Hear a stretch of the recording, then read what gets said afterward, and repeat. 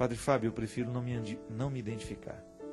O ambiente no qual trabalho há muita fofoca e inveja. Estou vivendo também uma crise em relação à religião. Sou evangélico, passei por muitas coisas difíceis, nunca deixei de acreditar em Deus. Sempre pedi para que Ele aumentasse a minha fé. Neste tempo encontrei você e vi muita coerência em tudo aquilo que o senhor estava dizendo. Padre Fábio, como lidar com essa situação? Muito obrigado. Bem, meu filho, em relação à segunda parte, não é nenhum problema você ser um evangélico e escutar um padre, né? Nós não falamos aqui de absolutamente nada que possa ser agressivo àquilo que você crê. Então, junte-se a nós. Seja bem-vindo. Você pode continuar evangélico, que você será mesmo assim sendo bem-vindo à Canção Nova. A nossa programação é feita para você que acredita em Deus. Ponto. Não foi o Dalai Lama que disse isso? O Dalai Lama certa vez foi perguntado, né? Um rapaz perguntou para ele: Dalai Lama, qual é a melhor religião do mundo? Ele sorriu e disse assim: aquela que lhe aproximar mais de Deus. Aí o rapaz: mas pode ser qualquer uma? Aí ele falou: sim, mas tem outra coisa. Ela tem que lhe aproximar de Deus e ela tem que lhe tornar uma pessoa melhor. Esta é a melhor religião do mundo. E é justamente o que Jesus queria, né, minha gente? Tão bonito você identificar que o maior desejo de Jesus era nos revelar quem era o Pai e nos ensinar a ser como Ele. Porque Jesus é a encarnação dessa presença trinitária. Ele é a trindade econômica, né? Nós dizemos isso em teologia. Isto é, Ele é a manifestação plena de quem é Deus. Ele é o coração de Deus batendo entre nós. Ele é a mão de Deus estendida entre nós. Então nós olhamos para Ele e nós aprendemos. A sua primeira questão, essa questão da inveja, da fofoca, esse é mais antigo do que o mundo, né? Eu recebi essa semana, por um motivo muito especial, de um amigo meu, que eu amo profundamente. O nome dele é Murilo Guerra. Ele é de Petrópolis, dono de uma academia, ele é um exímio profissional de educação física. E o Murilo foi caluniado de uma coisa terrível. Em cidade pequena, você sabe como isso repercute, né? E eu vi o sofrimento do Murilo na semana passada, quando eu rapidamente passei por lá e fui e me encontrei com ele e a Adriana, que é a esposa dele. O Murilo tem uma família linda, que tem problemas como todos nós, mas eles são muito unidos, é muito bonito estar entre eles. E o Murilo foi acusado de uma coisa terrível, e a acusação, o boato nasceu justamente que a esposa dele havia pego o Murilo com uma outra pessoa. E o bonito foi ouvir da própria pessoa que estava, né, que teria sido a testemunha da traição, dizer, sorrindo, né, padre, falar esse absurdo do meu marido, da própria Adriana. E essa semana, sabe, gente, eu recebi dele, porque ele mandou para todos os amigos, que certamente ficaram do absurdo que falaram dele. E aí ele me mandou também um e-mail que se chama O Terceiro Filtro. É uma história muito simples. Dizem que Aristóteles, certa vez, recebeu um amigo que disse assim, o amigo dele chegou para o Aristóteles e disse assim, ah, você não sabe o que eu ouvi falar sobre o seu amigo.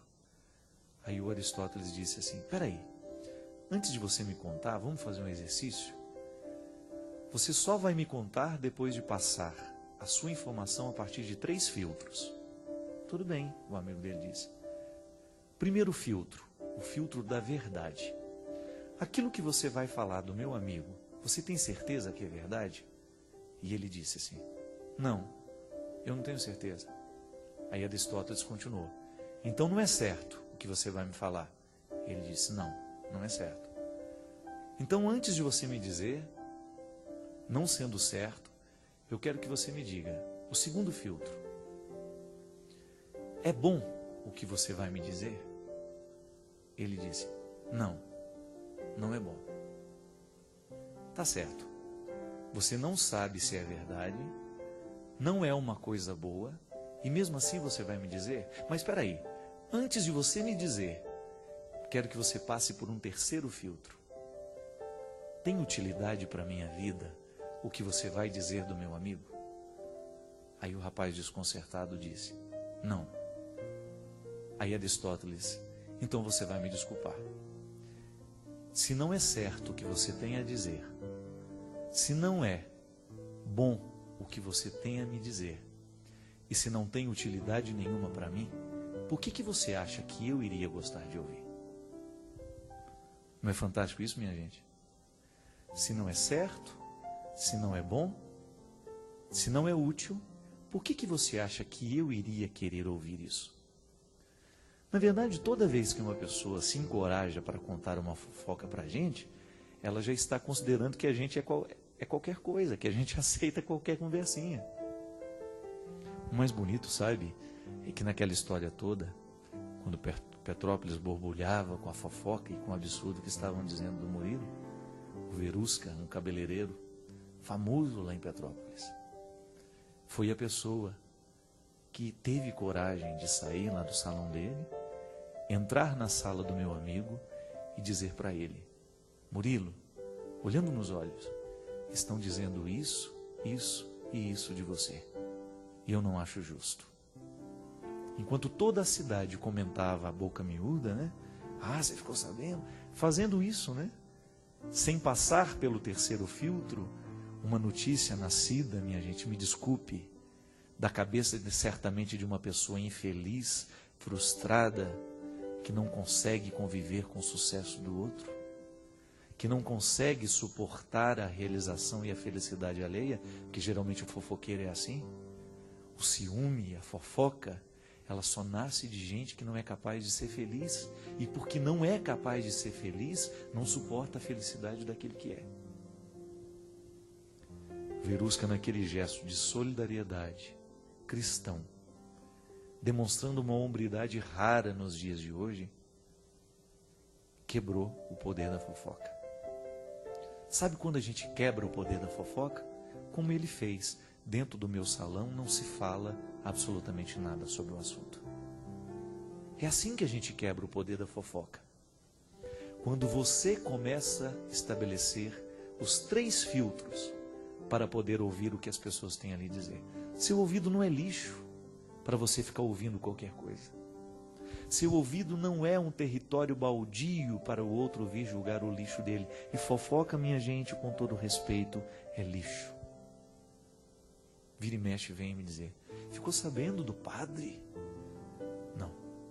Não estou sabendo de nada, mesmo que eu saiba. Sabe por quê?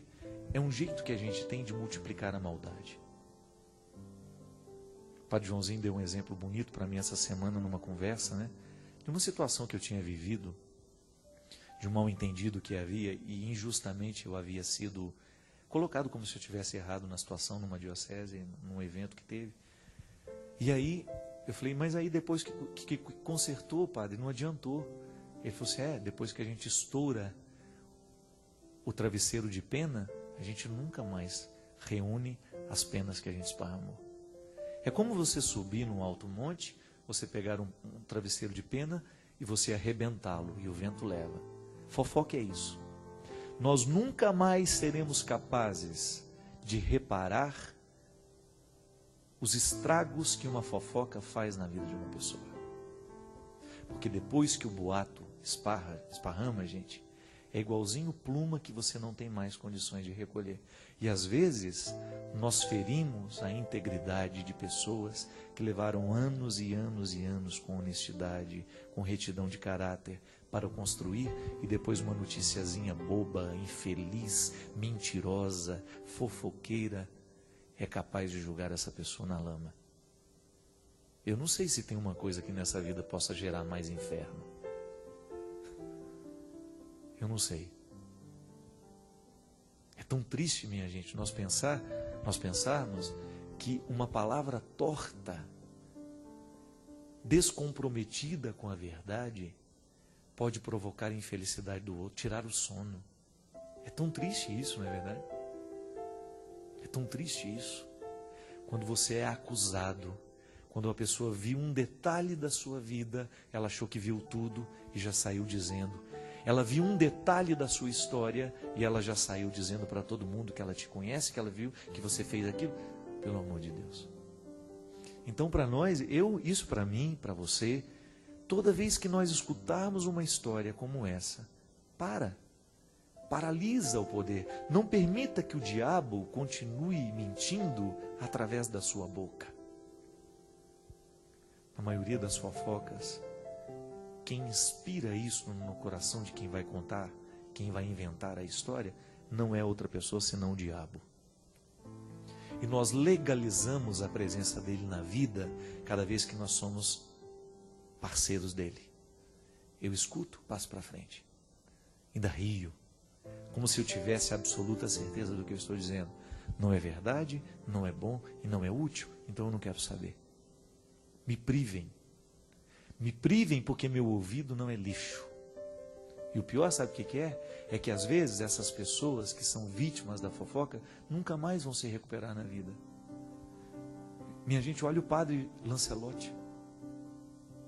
Por mais que tenham tido evidências de que o padre pudesse ter dado algum dinheiro àquele rapaz, sabe o que é o mais triste nisso tudo? É que desde quando eu me entendo por gente, criança e padre nessa igreja, eu não vi aquele homem fazendo outra coisa senão cuidando dos pobres. Eu não vi aquele homem senão estabelecendo pacto com a verdade, com a justiça nesse país que anda cada vez mais rara. Eu não vi aquele homem fazendo outra coisa senão trabalhando de maneira séria, estabelecendo um discurso inteligente, coisa necessária na igreja nos dias de hoje. Aquele homem cheio de desejo, cheio de humanidade. Não me importa. Não me importa o que aconteceu. Não é justo que a gente faça a história de um homem ser reduzida ao pó por causa de um erro, ou por causa de uma evidência, ou por causa de um comentário, ou por causa de um testemunho de uma pessoa totalmente desqualificada do ponto de vista moral. Valeu a palavra do bandido. Não vem ao caso o julgamento se o padre está certo, se o menino está certo, se está errado. O que é terrível nessa história é a gente pensar, se aquilo foi uma fofoca, se aquilo foi um instrumento do maligno entre nós, ele destruiu a imagem de um homem. Isso que o diabo quer. Eu agora, nessa empreitada nova que eu estou vivendo, se tem uma coisa que eu não perco de vista é isso. Essa mídia, esse aparecer o tempo todo, isso é a coisa mais perigosa que pode existir para nós. Porque pode ser o diabo, olha, vai abrindo as portas, mas daqui a pouco é a sua derrocada que ele quer. Eu vejo, gente, as perguntas que às vezes os jornalistas me fazem, eu fico parado ouvindo e depois eu pergunto, tá, o que isso agrega à igreja que eu quero anunciar? O que isso altera na vida das pessoas que eu quero evangelizar? Se o padre Marcelo apareceu na televisão, se o padre Zezinho faz esse trabalho de mais de 40 anos na TV, se o padre Joãozinho faz esse trabalho, se Monsenhor Jonas Abib, todos os padres que trabalham com comunicação, para que vão para a frente da televisão? É porque acreditam naquilo que estão dizendo. Por isso que é bom ser entrevistado em lugares que conhecem a seriedade do trabalho que a gente faz. Porque senão eles vão perguntar, qual que é a marca do seu relógio? Que sapato é esse que você está calçando? Que calça é essa que você está vestindo? Como se isso pudesse ser interessante à pessoa que eu evangelizo. Não. Isso é um detalhe mesmo, porque esse relógio pode ser um presente, essa calça que ele está usando pode ser um presente. Isso não vem ao caso. O que vem ao caso é a seriedade da vida que ele está vivendo. Isso a mídia muitas vezes não está interessada em dizer, não. A mídia quer a fraqueza, quer evidenciar o que é fraco. Por isso que é um perigo. É um perigo essas notícias de tudo que sai sobre as pessoas evidentes, porque às vezes nós julgamos pessoas preciosas fora por causa de manchetes mentirosas, caluniantes, absurdas, fruto do interesse maligno. O padre foi vítima disso. O padre Marcelo mesmo. Quantas coisas horrorosas falaram a respeito dele. Davam números, davam histórias dele. E o homem lá, na paróquia dele, fazendo o trabalho dele. Você que é padre aí, o meu profundo respeito a todos os padres e bispos esparramados por esse Brasil afora, que faz essa igreja acontecer. Eu respeito profundamente o seu trabalho de evangelizador, por mais limitado que nós sejamos, por mais dificuldades que você tenha, por mais que você tenha pecado contra a sua castidade, contra a sua... Não importa. O seu ministério é constituído pelo Cristo. Só isso me faz tirar os sapatos quando eu estiver do seu lado, quando estiver próximo de você. Você é território santo. Agora, quantas vezes você sofreu na sua carne a inveja dos outros? A palavra desaforada, a palavra descompromissada com a verdade. Quantas vezes nós vimos pessoas preciosas sendo destruídas? E isso é força do maligno. Você acha que o diabo está satisfeito com a evangelização que a Canção Nova realiza? Você acha que as forças diabólicas, e aí eu digo, tudo o que é estrutura diabólica no mundo de hoje, está satisfeito em nós pregarmos contra o álcool aqui dentro? Não está. Você acha que as estruturas pecaminosas que geram o pecado no mundo, por causa de poder econômico, poder político, você acha que elas estão satisfeitas com quem está fazendo bem? Defendo também os pastores evangélicos, que são inúmeros, que fazem um trabalho maravilhoso nesse país, homens de reflexão, homens de índole, que são julgados todos na mesma lata de lixo, como se o discurso deles fosse alienatório, uma palhaçada, tudo isso que se realiza. Quantas vezes os homens e mulheres da religião são banalizados, porque os ateus de plantão, os idiotas de plantão, os fofoqueiros de plantão, resolvem contar mentiras a respeito dessas pessoas. E nós estamos lá, assistindo tudo e às vezes contribuindo com a nossa palavra. Ô minha gente, às vezes nós não temos o poder de mudar muita coisa. Eu não tenho o poder de mudar o destino da história do padre Lancelotti, tudo aquilo que falaram dele, tudo aquilo que escreveram sobre ele. Mas eu tenho o destino de mudar o meu amigo Murilo, que está do meu lado. E dizer que toda vez que nós tomamos as dores de um amigo e fazemos assim como o Verusca fez, parar o poder da fofoca e dizer: aqui no meu salão não se fala disso. Se você também, aqui na minha casa não se fala disso. Aqui no meu local de trabalho não se fala mal dos outros. Porque nós estamos comprometidos com a bondade. Pode até que ele tenha feito alguma coisa errada, pode até que o padre tenha errado, pode até que a freira tenha errado, mas eu não serei um veículo de transmissão. E sobretudo quando sabe que é uma mentira. Aí sim que nós temos que armar a nossa casa, fazer um cerco de Jericó, começar a rezar para que esse poder dessas estruturas diabólicas venham por terra. Faça isso.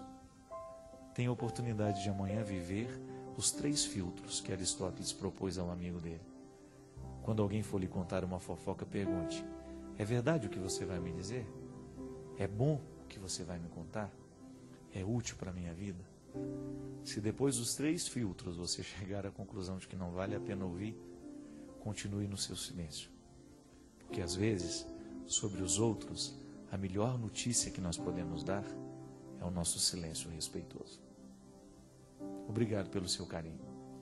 Obrigado pela sua companhia. E que Deus nos conduza na mudança deste mundo. Que toda vez que a gente estiver diante de um fato que nós pudermos mudar, que a gente siga o exemplo do Verusca. Que nós possamos encontrar neste homem um ensinamento. Ele aprendeu de Jesus, certamente. E nós podemos aprender de Jesus e aplicar tudo isso também do mesmo jeito que ele aplicou na nossa vida, com o nosso carinho, com a nossa solidariedade. O Senhor esteja convosco. Ele está no meio de nós. Derrame sobre todos nós a bênção, Ele que é Pai, Filho e Espírito Santo. Amém.